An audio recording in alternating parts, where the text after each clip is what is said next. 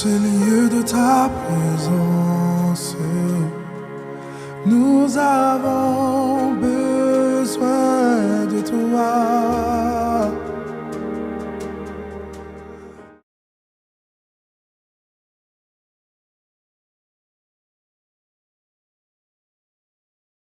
Dis à ton voisin, Dieu veut que tu règnes.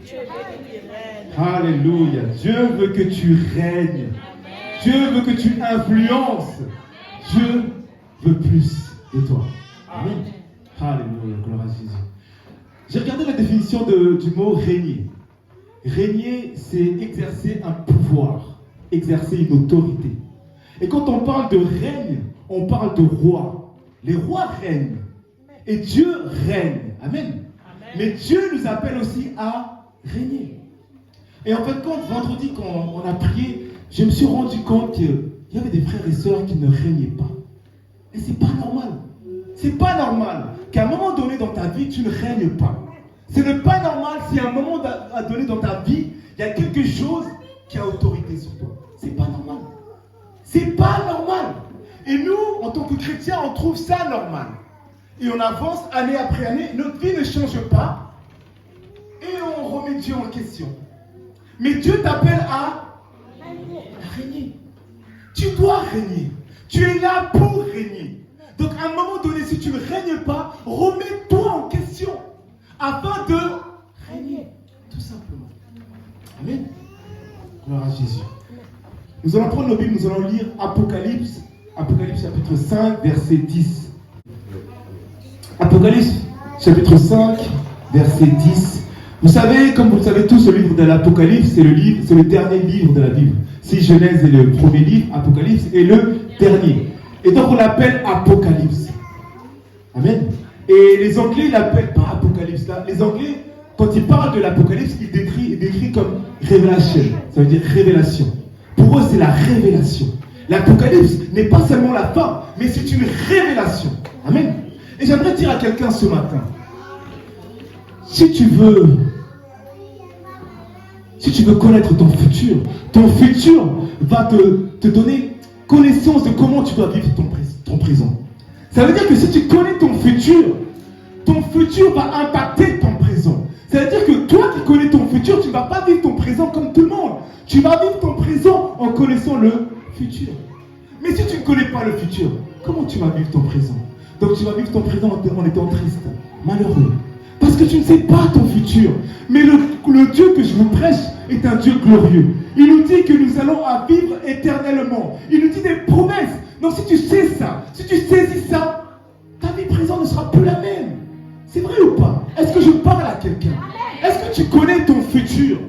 Si tu connais ton futur, tu verras que ton présent, tu le vivras autrement. Les choses ne seront plus pareilles. Les choses qui d'habitude te touchent ne toucheront plus. Parce que tu connais ton futur. Tu connais ta destination. Qui connaît sa destination ce matin? Si tu connais ta destination, alors pourquoi tu pleures aujourd'hui? Pourquoi tu es triste aujourd'hui? Pourquoi tu remets ta vie en question aujourd'hui? Puisque tu connais ton futur. Amen. Règne aujourd'hui. Règne pas demain, règne aujourd'hui. Est-ce que je parle à quelqu'un ce matin? Tu dois régner aujourd'hui, pas demain. Aujourd'hui, tu dois régner. Regarde ce que tu dis l'Apocalypse. Tu as fait un royaume et des sacrificateurs pour notre Dieu. Et ils régneront sur les cieux. Est-ce qu'il dit ils régneront sur le ciel? Est-ce que le verset dit ils régneront dans le ciel? Il dit ils régneront où? Sur terre. C'est sur terre que tu dois régner. Ne dis pas que c'est quand je vais aller au ciel que je vais régner. Non, là-bas il y a quelqu'un qui règne. Dieu règne là-bas. Dieu règne là-bas. Mais Dieu veut que tu règnes où? Sur la terre. Alors arrête de pleurer. Tu dois régner maintenant. Règne sur la terre. Alléluia. Règne sur la terre. Et tu verras la gloire de Dieu. On a beaucoup tendance à pleurer. On pleure beaucoup. On se lamente. On est là, on est dans la tristesse. Mais on oublie les promesses de Dieu.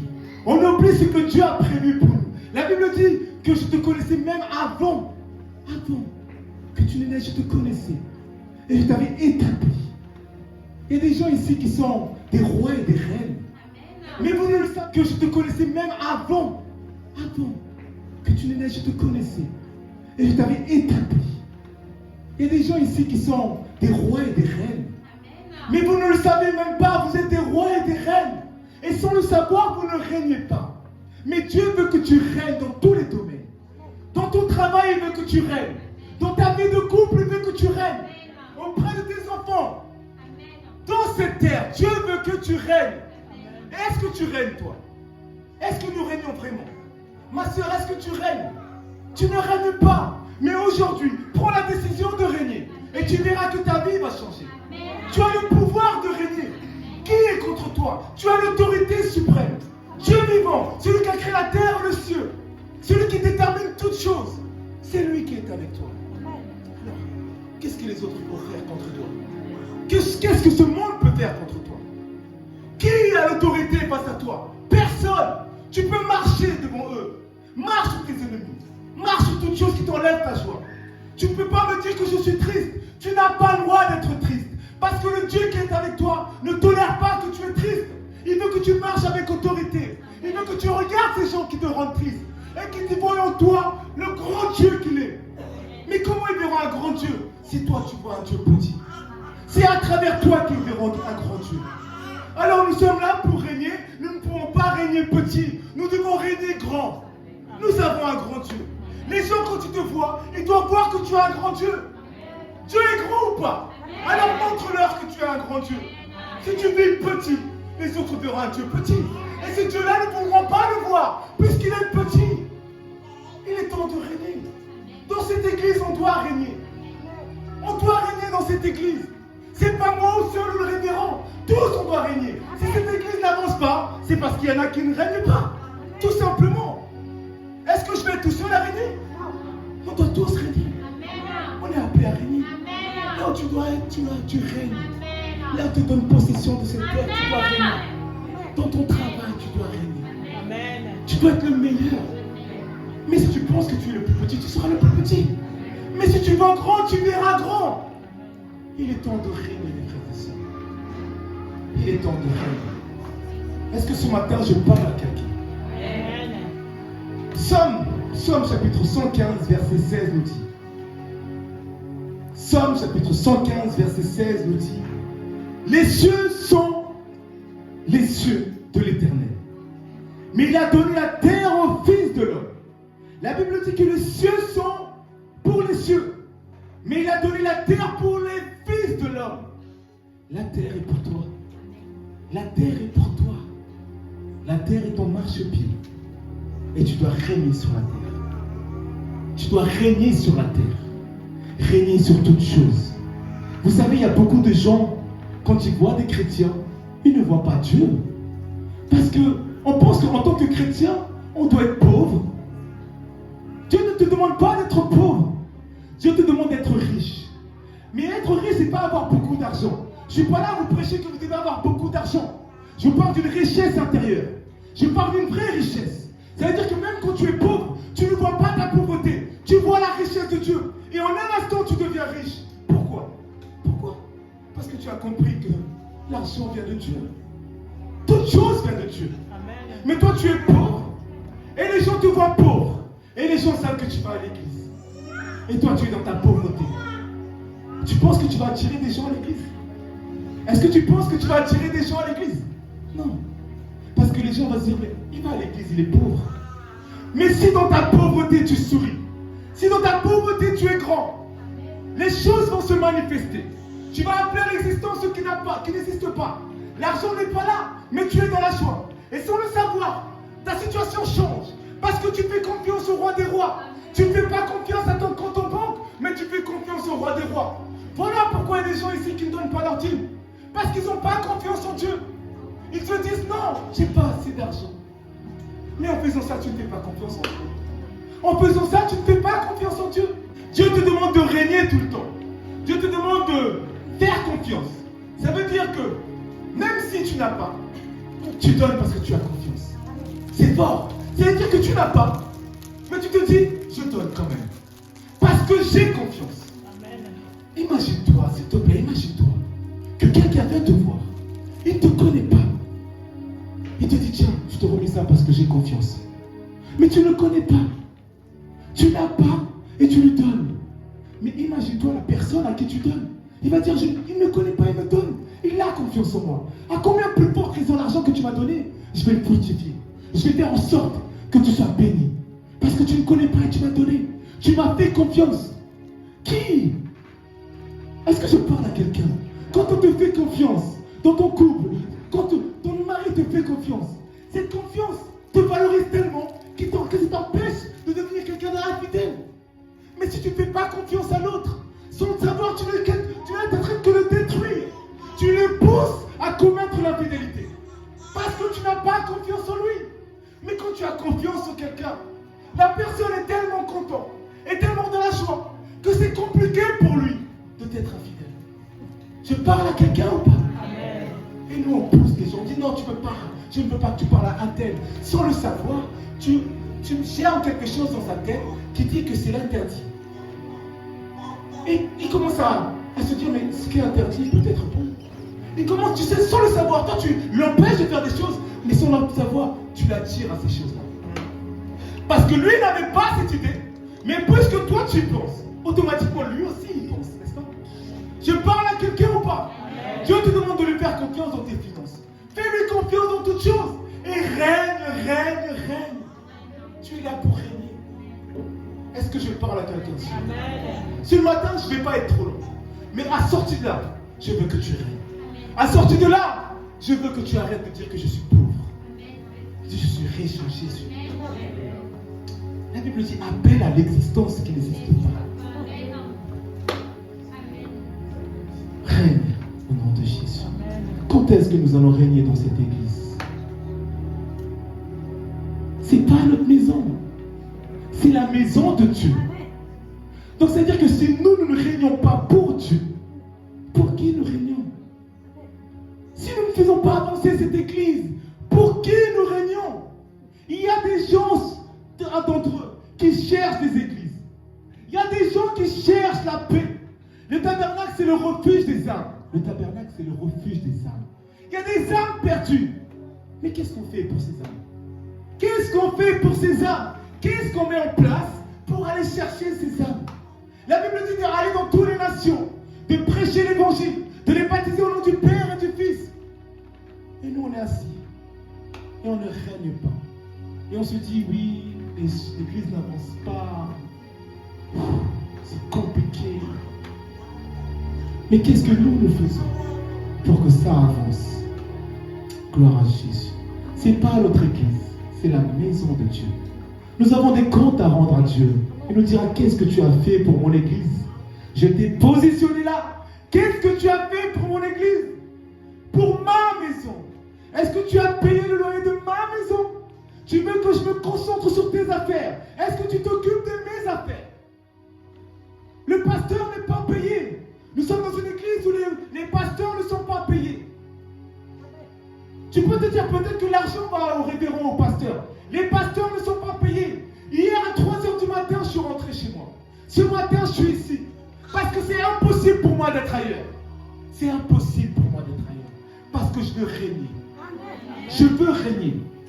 Et pendant qu'hier dans le car, d'autres s'amusaient dans le car. Moi, j'étais avec mon stylo, je préparais ce message. Parce que je voulais vous faire comprendre que vous devez régner. Vous devez arrêter de vous voir petit. Je veux arrêter à Valentine, elle est où? Je veux que tu arrêtes de te dire, je ne suis pas capable. Quand tu prends la parole, il y a une puissance qui sort de ta voix. Il y a une force. Et tu oses dire que, je ne sais pas, je suis timide, réservé. J'aimerais que tu puisses te voir comme on te voit. Et tu verras que tu vas régner au nom de Jésus. Le jour où tu prendras conscience de la force qui est en toi, quand tu parleras, les gens seront changés. Quand tu proclameras, tu sauveras des vies. Quand tu ouvriras la bouche, tu briseras tous les liens, tous les chaînes. Les malades seront guéris à cause de toi. Grâce à toi, les malades seront guéris. Parce que tu vas proclamer et la chose va se manifester. Alors arrête de me dire que peut-être que je suis réservé. Arrête. Règne. Règne. Règne. Alléluia. Qui veut régner ce matin? Qui veut régner ce matin? Romains chapitre 8, verset 30. Romains chapitre 8, verset 30. Et ceux qu'il a prédestinés, il les a aussi appelés. Et ceux qui les a appelés, il les a aussi justifiés. Ceux qui les a justifiés, il les a glorifiés. Quand tu es appelé, Dieu te glorifie. Quand tu es justifié, Dieu te glorifie. Nous sommes tous appelés. Nous sommes tous appelés à être glorifiés. Arrête.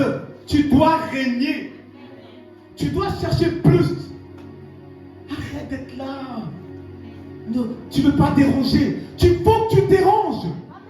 Il faut que tu déranges. Dieu n'attend pas de toi que tu sois dans l'ombre. Tu es une lumière. Et la lumière, on la met où? On la met au-dessus pour qu'elle brille au nom de Jésus. Alors prie, prie, prie, prie. Quand Dieu t'appelle, il te glorifie. Quand Dieu t'appelle, il t'équipe. Ne dis pas que je ne suis pas capable. Quand Dieu t'appelle, il t'équipe. Ne dis pas que je ne suis pas qualifié. Dieu te qualifie. C'est Dieu qui te qualifie. Ça veut dire que quand on te met devant la scène, ne dis pas comment je vais parler.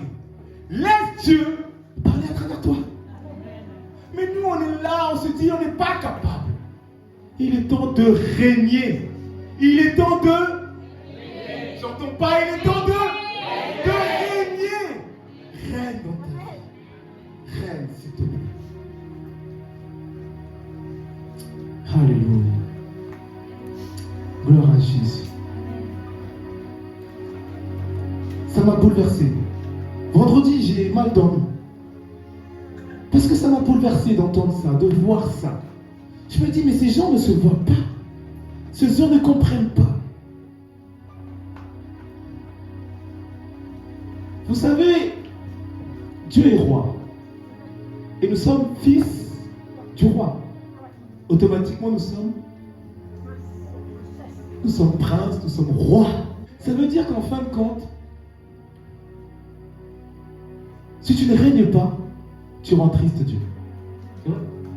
En fait, si tu ne règnes pas, Dieu est triste. Quand tu dis à Dieu, je ne suis pas capable, Dieu est triste. Quand tu limites Dieu, Dieu est triste. Dieu veut que tu vois grand. Il ne veut pas que tu te limites. Il ne veut pas que tu le limites. Parce que quand tu le limites, automatiquement, en fait, quand tu ne vois pas sa grandeur, je prie que Dieu t'ouvre les yeux. Je prie que Dieu t'ouvre les yeux sur ta vie. Je prie que Dieu t'ouvre les yeux, te montre comment il te voit. Nous avons été créés à l'image de Dieu. Donc tu ne peux pas dire que je ne suis pas comme un tel.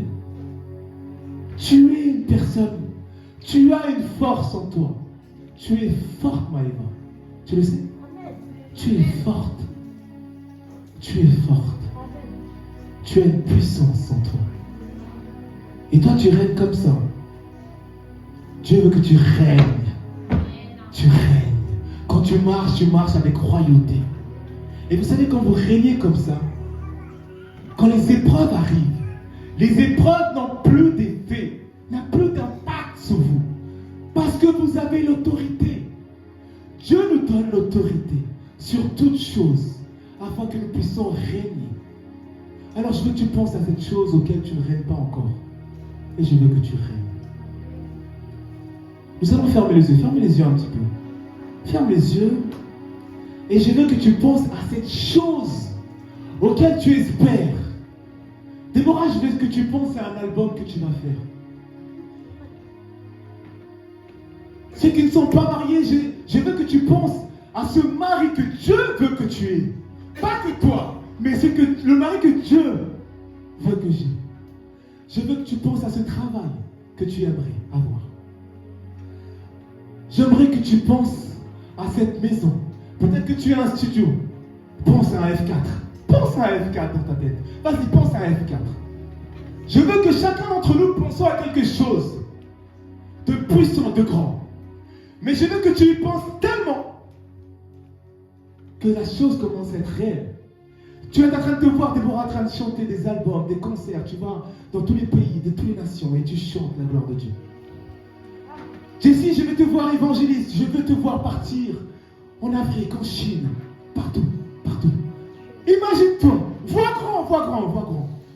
Et quand tu l'as, garde cette image dans ta tête, garde-la, garde-la. Garde cette image, continue à imaginer, continue à voir ce que Dieu montre. Continue à voir comment Dieu te voit. Tu vois comment il te voit. Tu as vu où il te place. Continue à le voir. Continue à voir ce que Dieu fait dans ta vie. Allez, vas-y. Allez, cherche. Va appeler à l'existence ce qui n'existe pas. Et maintenant, je veux que tu prennes une photo. Prends une photo du moment dans lequel tu es. Je veux que tu prennes une photo afin d'enregistrer ce que tu vois. Que le diable ne t'enlève pas. Enlève. Prends une photo. C'est bon, tu vois? Tu te vois là? Ok. Maintenant, ouvrez les yeux. Ouvrez les yeux. Laissez-moi vous dire quelque chose. Vous savez pourquoi ce que vous avez vu ne va pas se manifester? Vous savez pourquoi? Parce qu'en ouvrant les yeux, vous vous rendez compte que rien n'a changé. Là, quand tu ouvres tes yeux, tu te rends compte que rien n'a changé. Et c'est à cause de ça que tu ne vis pas le miracle. Ne regarde pas ce qui ne change pas. Tu dois regarder ce que Dieu t'a montré. Et tu dois tellement fixer tes yeux sur ça que tu ne regardes plus la réalité.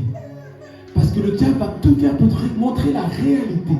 Il va te montrer que tu es toujours dans ce studio. Il va te montrer que tu ne chantes pas. Il va te montrer que tu ne travailles pas encore. Il va te montrer. Mais ne regarde pas ça. Regarde la photocopie de ce que tu as pris. Et commence à prier pour ça. Détermine. Ne regarde que ça. Ne tourne pas la tête à regarder le moment présent. Regarde le futur. Regarde l'avenir. Plus tu vas regarder l'avenir, et plus l'avenir va se manifester dans ta vie.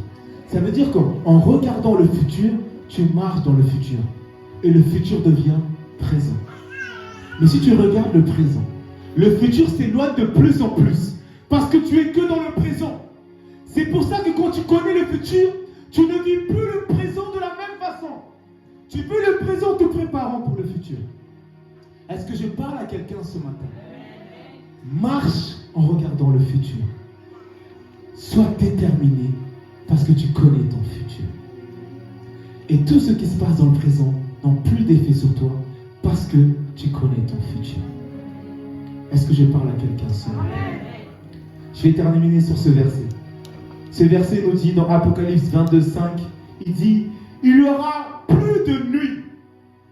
Et ils n'auront besoin ni de lampe, ni de lumière. Parce que le Seigneur Dieu les éclairera. Et ils régneront au siècle des... Non, j'ai pas entendu. Et ils régneront au siècle des... Dieu ne t'appelle pas à régner maintenant. Il t'appelle à régner au siècle des... Les siècles. Vous savez ce que c'est qu'un siècle? Tu dois régner au siècle des siècles. Mais pour cela, il faut que tu commences à régner maintenant. Pour régner au siècle des siècles. Ce verset dit, il n'y aura plus de nuit. L'Apocalypse nous fait la révélation que la nuit a une fin. Il n'y aura pas besoin de lampe, ni de lumière. Cette révélation nous fait voir que la lumière a une fin. Toute chose a une fin. Mais ton règne n'a pas de fin. Si la nuit a une fin, ton règne n'a pas de fin. Ton règne n'a pas de fin. C'est-à-dire que tu règnes maintenant et tu règneras sur les cieux. Et tu règneras à jamais. Alléluia. Je te demande de te lever. Je vais vous demander de vous lever. Nous allons prendre autorité. Nous allons véritablement prendre autorité. Je vous l'ai dit ce matin, je ne veux pas être long. Ce matin, je veux être précis, clair, net. Je veux que tu comprennes que tu dois régner. Que Dieu t'a mis sur cette terre pour régner. Ne sois pas un chrétien pauvre. Sois un chrétien riche d'esprit. Sois un chrétien riche. Si tu veux que les gens changent, il faut que tu changes ta façon de te voir. Parce qu'à travers toi, les gens voient Dieu.